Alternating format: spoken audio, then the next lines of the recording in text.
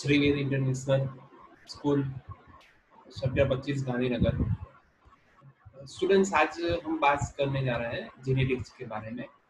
Genetics subject standard 12 biology के अंदर chapter 5 principle of inheritance and variation के बारे में। तो जेनेटिक्स के बारे में फर्स्ट ऑफ ऑल हम बात करना चाहेंगे आज। Students, first of all genetics chapter 5 आपके लिए नीट, गुजकेट और बोर्ड एग्जाम के लिए वेरी इंपॉर्टेंट चैप्टर है। काफ़ी सारे क्वेश्चन एमसीक्यू इसमें से एग्जाम के अंदर आते हैं, तो हम उसके लिए डिस्कशन करेंगे थोड़ी डीपली और देखेंगे आज जेनेटिक्स के बारे में। ठीक है, तो स्टार्ट करेंगे हम चैप्टर। तो फर्स्ट ऑफ ऑल आपके सामने लिखा है स्टूडेंट्स के जेनेटिक्स बेसिक ऑफ इनहेरिटेंस। तो फर्स्ट ऑफ ऑल हम बात करना चाहेंगे इंट्रोडक्शन से जेनेटिक्स का। तो जेनेटिक्स, तो students, it is a branch of biology that deal with the study of heredity and variation. दो वर्ड्स आपके सामने दिए गए जेनेटिक्स के बारे में। It is a branch of biology, okay, that deal with the study of heredity and variation. तो students, first of all हमको ये पता चलना चाहिए कि जेनेटिक वर्ड्स किसने दिया हमको। ठीक है, तो जेनेटिक वर्ड हमको दिया है डब्ल्यू बैटसन ने। ठीक है, डब्ल्यू बैटसन ने हमको जेनेटिक्स वर्ड दिया 1906 के अंदर। और जेनेटिक्स के बारे में अभी मैं बात करना चाहूँगा आपके साथ। तो students, first of all genetics, तो जेनेटिक्स जो है, जेनेटिक्स मैंने दो ब्रांच में उसको डिवाइड किया है जेनेटिक्स को। फर्स्ट ऑफ ऑल है हेरिडिटी एंड सेकंड है वेरिएशन। तो आज डीपली हम वो जेनेटिक्स के बारे में पढ़ेंगे। आगे किस किस ने उसमें पार्टिसिपेट करके जेनेटिक्स को एस्टैब्लिश किया है उसके बारे में बात करेंगे। ठीक है, तो फर्स्ट ऑफ ऑल देखते हैं जेनेटिक्स। जेनेटिक्स दो टाइप्स के ब्रांच हम आपके सामने यहाँ पे दिए गए, heredity and variation. Clear that? आगे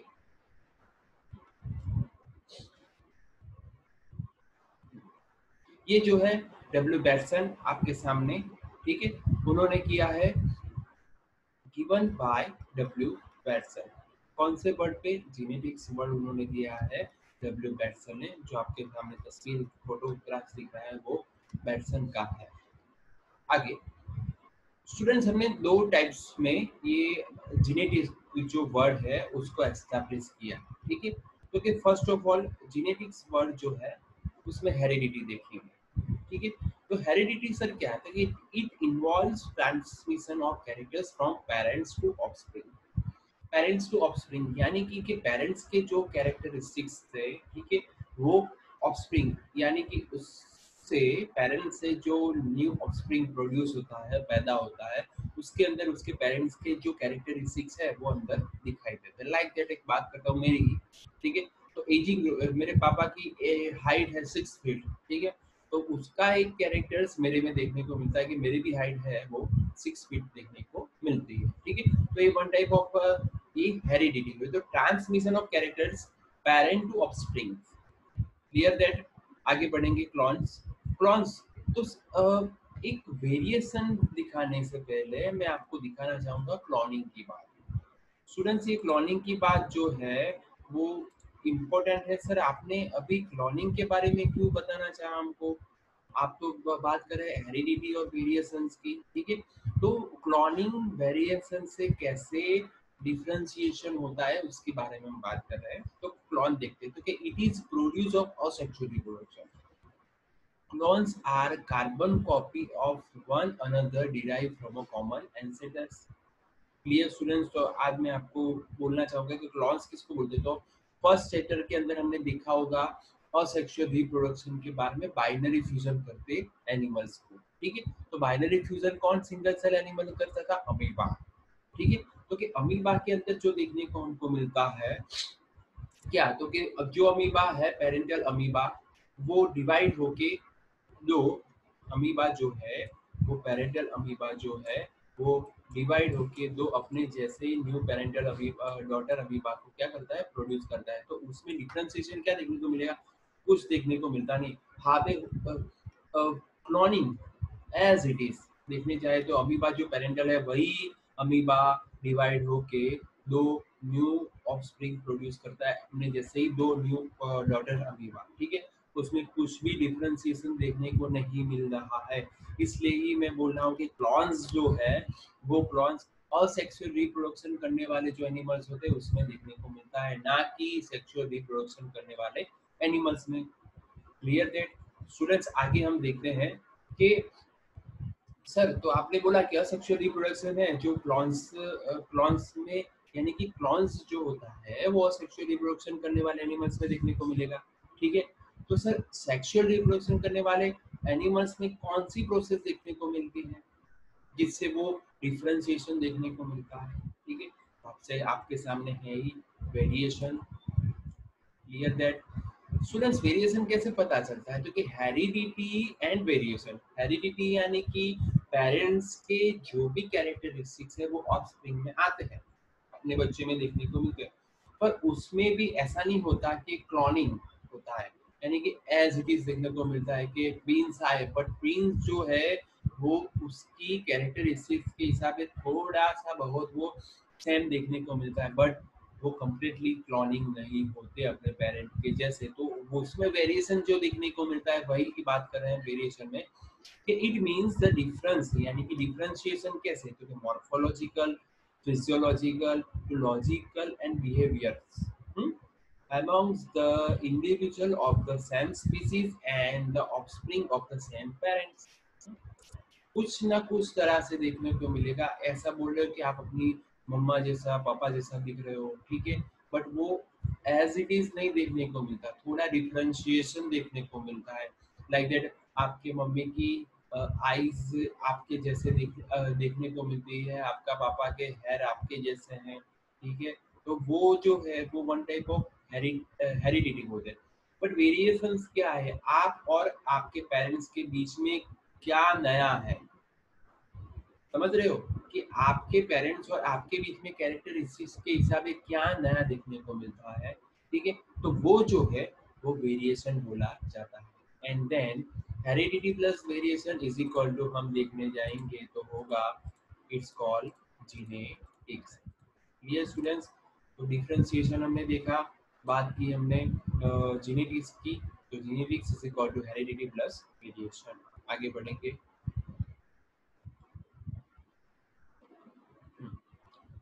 अब आता है मेंडलिज्म।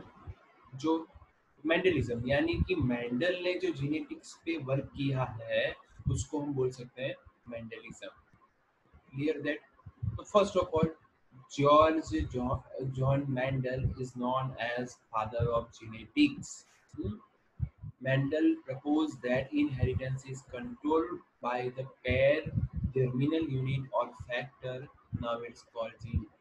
यानी बहुत अच्छी बात की यहाँ पे मेंडल जी ने, कि उन्होंने ये बोला कि इनहेरिटेंस इज कंट्रोल। ये जो इनहेरिटेंस है यानी कि पेरेंट्स टू डॉटर के अंदर जो भी डिफरेंशिएशन, जो भी कैरेक्टरिस्टिक्स आते हैं पेरेंट्स के अपने न्यू ऑफस्प्रिंग के अंदर, तो वन टाइप ऑफ वो क्रोमोसोमल पेयर्स के अंदर देखने को मिलते हैं और उसको हम बोलते हैं जीन्स। Clear students? यही डिफरेंशिएशन देखने को मिलेगा। बहुत बेहतरीन बात की है जी मेंडल ने फिर से रिपीट करता हूँ मैं, जो इनहेरिटेंस कंट्रोल यानी कि आपके पेरेंट्स के अंदर जो भी कैरेक्टरिस्टिक्स है वो कैरेक्टरिस्टिक्स आप में दिखते हैं, तो वो कैसे दिखते हैं, तो आपके पेरेंट के डीएनए के अंदर से, यानी कि जो जीन है वो आप में आते हैं। कब? तो के मेल gametes और female gametes are fused and it germinate zygote, जो जाइगोट में कन्वर्ट होता है उसमें से वही जीन्स आप में प्रोड्यूस होते हैं और वहीं से कैरेक्टरिस्टिक्स देखने को मिलते हैं parent to offspring. Clear that? Mendel ने ये बहुत अच्छी बात की है। आगे देखेंगे, डब्ल्यू बैटसन जो है firstly use the term genetics. Bateson ने फर्स्ट वर्ड जेनेटिक्स वर्ड जो दिया है, ये जो पूरी ब्रांच है उसको जेनेटिक नाम दिया है, वो नाम देने वाला बंदा है जिसका नाम है डब्ल्यू बैटसन, ठीक है। He is known as father of modern genetics. Modern genetics के फादर को बोले जाते हैं, तो उसका नाम है डब्ल्यू बैटसन का नाम की आता है यहाँ पे। ओके, और वो है, उन्होंने साइटोजेनेटिक्स बारे में भी बहुत सारी बातचीत हमको दिखाई गई है। क्लियर? तो ये थोड़ी हुई बात हिस्ट्री के लिए कि कौन कौन से साइंटिस्ट ने कैसे काम किया है। मेंडल ने जो भी वर्क किया है वो वर्क को मेंडलिज्म बोला गया, ठीक है। फिर बाद में आते थे डब्ल्यू बैटसन ने वन वर्ड दिया हमको जिसका नाम दिया genetics, and he also father of modern genetics. Clear that? आगे बढ़ते हैं स्टूडेंट। ये बात हुई, अभी मेंडल ने जो वर्क किया है उसके बारे में हमको देखना है। तो आगे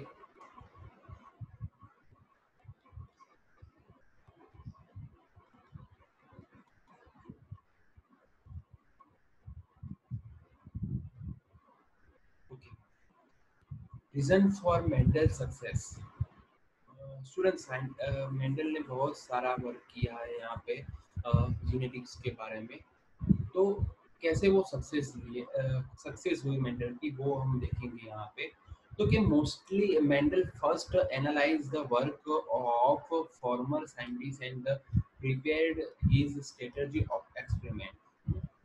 उसको कुछ ऐसा लगा कि ये कैरेक्टरिस्टिक्स के हिसाब से जो भी पेरेंटल प्लांट्स हैं उसका कैरेक्टर्स जो अपने ऑफस्प्रिंग प्लांट्स है उसमें देखने को मिलता है, ठीक है।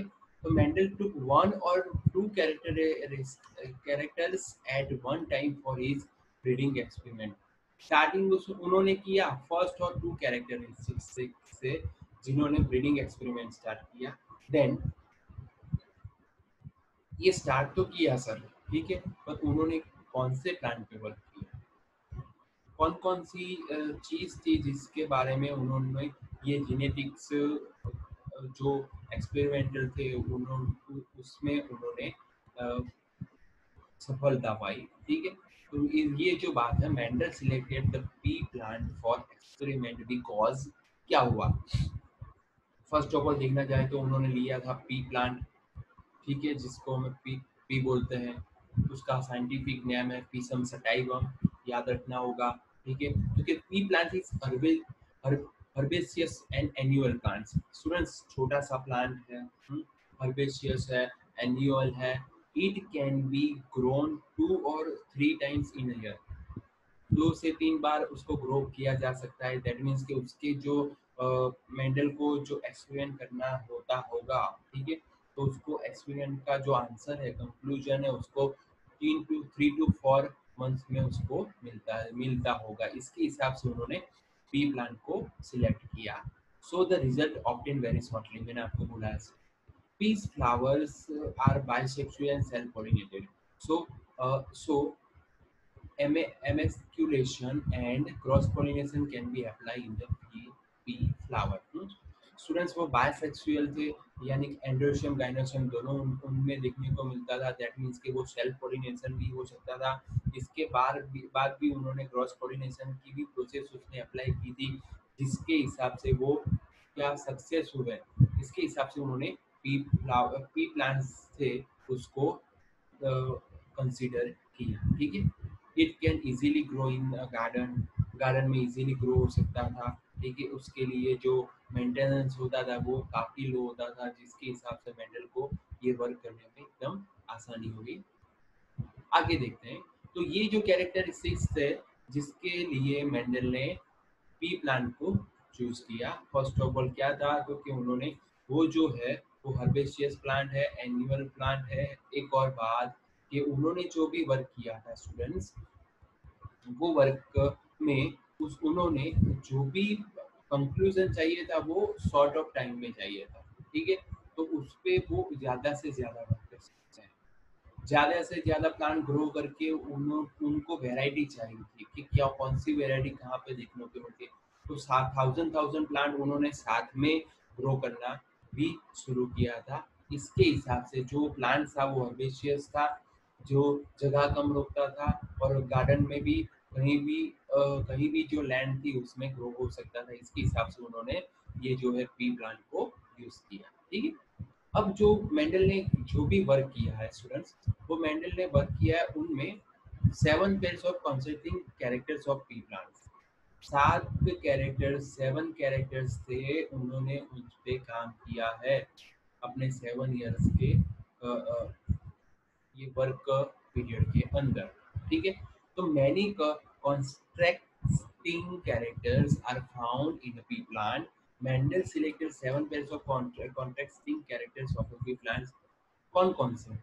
तो उसमें उन्होंने एक बात आपको याद रखनी होगी स्टूडेंट्स कि उसमें आप देख सकते हो तो यहाँ पे लिखा है एक dominant, okay, and second and recessive, ठीक है। आपने 10th स्टैंडर्ड के अंदर कहीं पढ़ा होगा डोमिनेंट एंड रेसेसिव, आगे देखेंगे हम। तो उसमें सबसे पहले फ्लावर में कौन सा कलर, देखिए पर्पल कलर, और जो रेसेसिव है उसमें व्हाइट कलर लिया। दो ऑपोजिट कैरेक्टर्स के बारे में उन्होंने वर्क किया है। जेनेटिक्स कब पता चला? तो दो कैरेक्टरिस्टिक्स ऑपोजिट लोगे तभी जेनेटिक्स की कैरेक्टरिस्टिक्स यानी हेरिडिटी है वो पता चलेगी parental plant to offspring plant में। Clear that? आगे उन्होंने प्लांट हाइट के बारे में देखा, tall and short. Seed colour के बारे में देखा, yellow and green. Seed shape के बारे में देखा, round and wrinkle. Pod colour के बारे में देखा तो वो ग्रीन था, येलो था। स्टूडेंट्स ये सीड कलर में सब स्टूडेंट्स को तकलीफ होती है कि सर ये डोमिनेंट में येलो क्यों आया और एसएससी में ग्रीन क्यों है। तो आगे हम देखेंगे डाई हाइब्रिड में देखेंगे जब एक्सपेरिमेंटर के अंदर, तो मैं आपको बोलूँगा वहाँ पे, ठीक है। आगे बात करते हैं पोर्ट शेप में। तो पोर्ट शेप में इनफ्लैट लिया है फुल और कॉन्स्ट्रक्टिव लिया है सिकुड़ा हुआ, ठीक है। प्लांट से वो फ्लैट है। और लास्ट बात, फ्लावर पोजीशन जो एक्सिल होता है ब्रांच के ऊपर के पार्ट्स में होता है, ठीक है। तो वहाँ पे पोलिनेशन ज्यादा देखने को मिलता है, और ब्रांचिंग में होता है टर्मिनल ब्रांचिंग के अंदर, तो वहाँ पे पोलिनेशन कम देखने को मिलता है। दैट मीन्स कि वहाँ से वो रेसेसिव हो सकता है। तो ऐसे 7 जो कैरेक्टरिस्टिक्स से मेंडल ने वो हमको उन्होंने उन्होंने ये 7 कैरेक्टरिस्टिक्स ऑफ पी प्लांट पे ये जो है उन्होंने एक्सपेरिमेंट किए, बहुत सारे एक्सपेरिमेंट किए, ठीक है। आगे हम देखते हैं उसके सम वाइज एक्सपेरिमेंट जिसके अंदर दो पोजीशन थी, ऑपोजिट पोजीशन के दो कैरेक्टरिस्टिक्स उन्होंने लिए थे, डोमिनेंट और रेसेसिव। या दैट मींस के ऑपोजिट कैरेक्टर्स वाले डॉट शॉट like the yellow green, round wrinkle, green yellow, ठीक है, पर्पल वाइट, इन्फ्रंट फुल और फ्लैट, एक्सिट टर्मिनल, ऐसे ऑपोजिट कैरेक्टर्स के बारे में उन्होंने डोमिनेंट और रेसेसिव के जैसे कैरेक्टर्स लिए और काफ़ी सारे एक्सपेरिमेंट उन्होंने इसमें किए, ठीक है। तो ये जो बात है मेंडल की, मैंने बात की आपको कि फर्स्ट ऑफ ऑल से कि जेनेटिक्स वर्ड था और कैसे कैसे कैरेक्टरिस्टिक्स उन्होंने लिए। अब देखेंगे स्टूडेंट्स कि ये जो आपके सामने कैरेक्टरिस्टिक्स है, ठीक है, तो उन्होंने वो कैरेक्टरिस्टिक्स को लेके कैसे कैसे वर्क किए जिससे पता चला कि हेरिडिटी देखने को मिलती है, जेनेटिक्स वर्ड कैसे एस्टेब्लिश हुआ। अब आगे उनकी बात करेंगे हम। यस स्टूडेंट्स, अब मेंडल का ये जो एक्सपेरिमेंटल है वो स्टार्ट करने से पहले हम थोड़ी टर्मिनोलॉजी सीख लेते हैं। टर्मिनोलॉजी ऐसी है कि first of all factor words आया आपके सामने। तो सर फैक्टर वर्ड्स क्या है? तो कि Mendelian factor is a unit of inheritance which passes from one germination one generation to the next through the gametes and control the expression of characters in the organisms। clear that students? एक और एक बात है कि cell के अंदर nucleus, nucleus के अंदर क्रोमोसोम्स, क्रोमोसोम्स के अंदर डीएनए, डीएनए अंदर डीएनए का एक पार्ट जिसको हम बोलते सकते हैं जीन, ठीक है। तो ये जो फैक्टर है, फैक्टर लाइक दैट कि कैरेक्टरिस्टिक्स पेरेंटल टू ऑफस्प्रिंग कैसे दिखने को मिलते हैं। ऐसा बोल तो देते हैं जब बेबी बॉर्न होता है, बोल देते हैं कि ये पापा जैसा दिखता है, मम्मा जैसा दिखता है, ग्रैंड पा जैसा दिखता है, ग्रैंड माँ जैसा दिखता है, बट कैरेक्टरिस्टिक्स कैसे आते हैं इसमें, वो देखना जरूरी। मैंने आगे भी आपको बात की कि कैरेक्टरिस्टिक कैसे देखने को मिलेंगे, ठीक है। तो ये बात यहाँ पे बोली गई है कि क्या, तो कि generation one generation to the next through the gametes and control the expression of a character in the organism. Clear that? तो ये जो क्रोमोसोम है, क्रोमोसोम्स के अंदर डीएनए, डीएनए का एक का कोई पार्ट जिसको बोल सकते हैं हम जीन, तो जीन के अंदर जो कैरेक्टरिस्टिक्स है, it is called gene which consist of a DNA, and gene are responsible for the inheritance and expression of a characters. तो स्टूडेंट्स, यहाँ पे एक बात मैं बोलना चाहूँगा आपको कि ये जो कैरेक्टरिस्टिक्स है आपको देखने को मिलता है, तो क्रोमोसोम्स के अंदर जो डीएनए का पार्ट है, डीएनए का भी कोई भी एक पार्ट ले लो, उसके अंदर जो जीन होता है उसके अंदर parental to parental to offspring characteristics transfer होते हैं। दैट मीन्स ऐसा बोला जा सकता है कि जो भी कैरेक्टरिस्टिक्स होता है वो जीन है, वो जीन के अंदर रिस्पॉन्सिबल है। ठीक है, तो वो फैक्टर हम इसको बोल सकते हैं। Clear that? एक और बात, न्यूक्लियस, सेल, सेल के अंदर न्यूक्लियस, न्यूक्लियस के अंदर क्रोमोसोम्स, क्रोमोसोम्स के अंदर डीएनए, डीएनए के अंदर काफ़ी सारे जीन्स, और वो जो जीन्स है वो genes one type of characteristics who are produced parental to offspring। ठीक है, ये देखा जा सकता है। Clear that? ये एक बात हुई आपके बारे में। एक और बात जो बोलते हैं, इस चीज़ का सेकंड वर्ड है अलील, यानी अलीलमॉर्फ। ये अलील क्या है सर? तो contracting forms of a gene which are found on the same locus in the two। अब देखते हैं सर, ये कैरेक्टरिस्टिक्स बोलते हैं कि टॉल टॉल शॉर्ट, ऐसा वो कलर येलो ग्रीन, ठीक है, वो सब बोलते हैं, तो वो सब क्या है? ठीक है, तो वो वन टाइप ऑफ अलील है। अलील यानी कि उसको साइन, सपोज मैं बोल रहा हूँ कि प्लांट्स के बारे में बोल रहा हूँ कि प्लांट्स जो है वो प्लांट्स के हाइट के बारे में कैरेक्टरिस्टिक्स बोला, तो उसकी साइन हमको देनी पड़ती है। जो टॉल है तो उसके हिसाब से मैं यहाँ पे लिख सकता हूँ कैपिटल टी। ठीक है, स्मॉल है तो उसको एस नहीं लिख सकते, वो जो डोमिनेंट वाला होता है उसका ही स्मॉल लेटर हम लिख सकते हैं, यानी कि capital small T. Clear that? तो देखते हैं ऐसे कि homologous chromosome and control the expression of a trait are called alleles. Chromosomal की बात करें स्टूडेंट्स, यहाँ पे ये जो क्रोमोसोमल्स हैं, मैंने यहाँ पहले ही बोला क्रोमोसोम, उसके अंदर जीन्स, उसके अंदर टू टाइप्स के देखने को मिलते हैं, यानी कि कैपिटल टी देखने को मिलता है, स्मॉल टी देखने को मिलता है। उसके हिसाब से जो कंट्रोल होता है, ठीक है, उसको एलील्स बोलते हैं। तो एलील्स में क्या होता है? क्योंकि एलील जो है वो tallness, tallness is equal to capital T and dwarfness is equal to small T. ऐसे जो कैरेक्टरिस्टिक्स हमको देखने को मिलते हैं, ठीक है, उसको हम बोल सकते हैं एलील, यानी एलील मॉर्फ। एक बार और क्लियर कर देते हैं कि contrasting forms of a gene which are found on the same locus in the two, same locus in the two। Students, यहाँ पे कैपिटल टी कैपिटल भी हो, टी भी हो सकता है, स्मॉल टी भी हो सकता है, कैपिटल टी स्मॉल टी भी हो सकता है, तो इसको बोलते हैं अलील। Clear that? जो कैरेक्टरिस्टिक्स को फाइंड कराता है। हुँ? तो ये बात हुई आपकी फैक्टर के बारे में। ठीक है, फैक्टर के बारे में बात की स्टूडेंट्स हमने कि कैसे ये जो है कैरेक्टरिस्टिक्स को देखने को मिलता है, कहाँ से कैरेक्टरिस्टिक्स हमको दे आते हैं, कहाँ से कैरेक्टरिस्टिक्स पेरेंटल टू ऑफस्प्रिंग देखने को मिलती है। नेक्स्ट,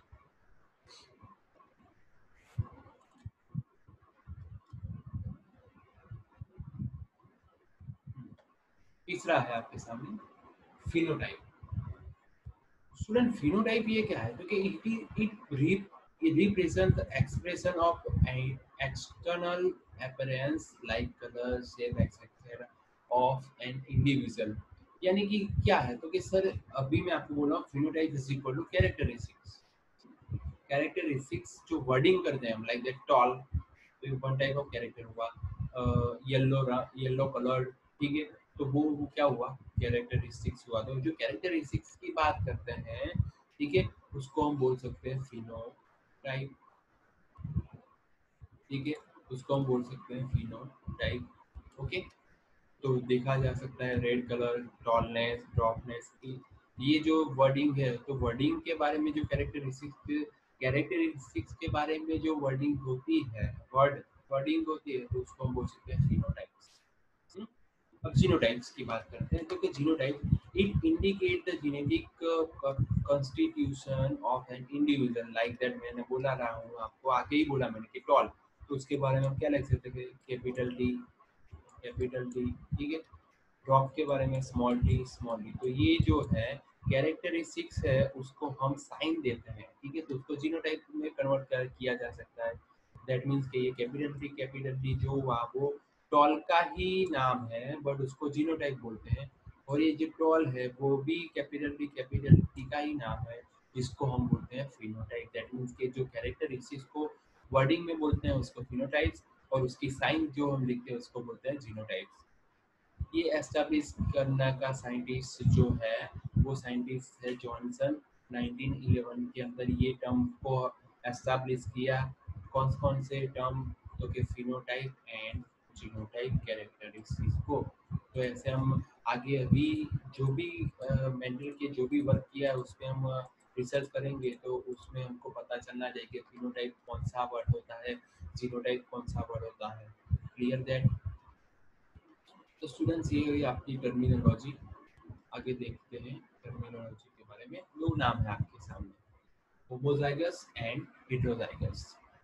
तो सर आप ये जो लिख रहे हैं कि कैपिटल डी स्मॉल डी, ठीक है, कैपिटल डी स्मॉल डी, तो उसके बारे में देखते हैं। तो homozygous it is an individual which contain identical alleles of a gene और factor of a character on its homologous chromosome. That means कि जो भी होमोलोगस क्रोमोसोम्स हैं, वो होमोलोगस के अंदर देखते हैं। तो यहाँ पे कैपिटल डी, ओके। फिर एक क्रोमोसोम है, उसका कैरेक्टर्स पे स्मॉल डी देखने को मिला। ये हम प्लांट की हाइट के बारे में सिर्फ बात कर रहे हैं। तीसरा था तो उसमें कैपिटल डी, एक में कैपिटल डी, एक में स्मॉल डी। स्टूडेंट्स ये देख सकते हो आप, दोनों क्रोमोसोम पे क्या है, कैपिटल डी, दैट मीन्स ये हुआ सेम, यानी उसको बोल सकते हैं होमोजाइगस। स्मॉल टी दोनों पे कैसा हुआ, सेम, तो इट कॉल्स होमोजाइगस। एक ही क्रोमोसोम पे दो अलग अलग एलील्स देखने को मिलेंगे, ठीक है, अलग अलग जीनोटाइप्स हमको फाइंड देखने को मिलेंगे। It is an individual which contain the two contrasting factor of characters और two different alleles of a gene. मैंने अभी आपको बोला इट्स कॉल्ड होमोलोगस क्रोमोसोम, दो अलग अलग एलील्स देखने को मिलते हैं वन क्रोमोसोम पे, तो उसको बोलते हैं हम heterozygous. Clear that. Capital T होता है तो उसको बोलते हैं होमोजाइगस, स्मॉल डी होता है तो अभी उसको बोलते हैं homozygous. Capital T small T होता है तो उसको बोलते हैं हेटेरोजाइगस। दैट मींस के it it has individual and differentiation in one chromosome. Clear that student. तो ये बात हुई काफ़ी सारे डेफिनेशन की, जिसको समझना खूब इम्पोर्टेंट था ये चैप्टर के लिए। Clear that. तो हम आगे बात करेंगे अभी स्टार्टिंग में।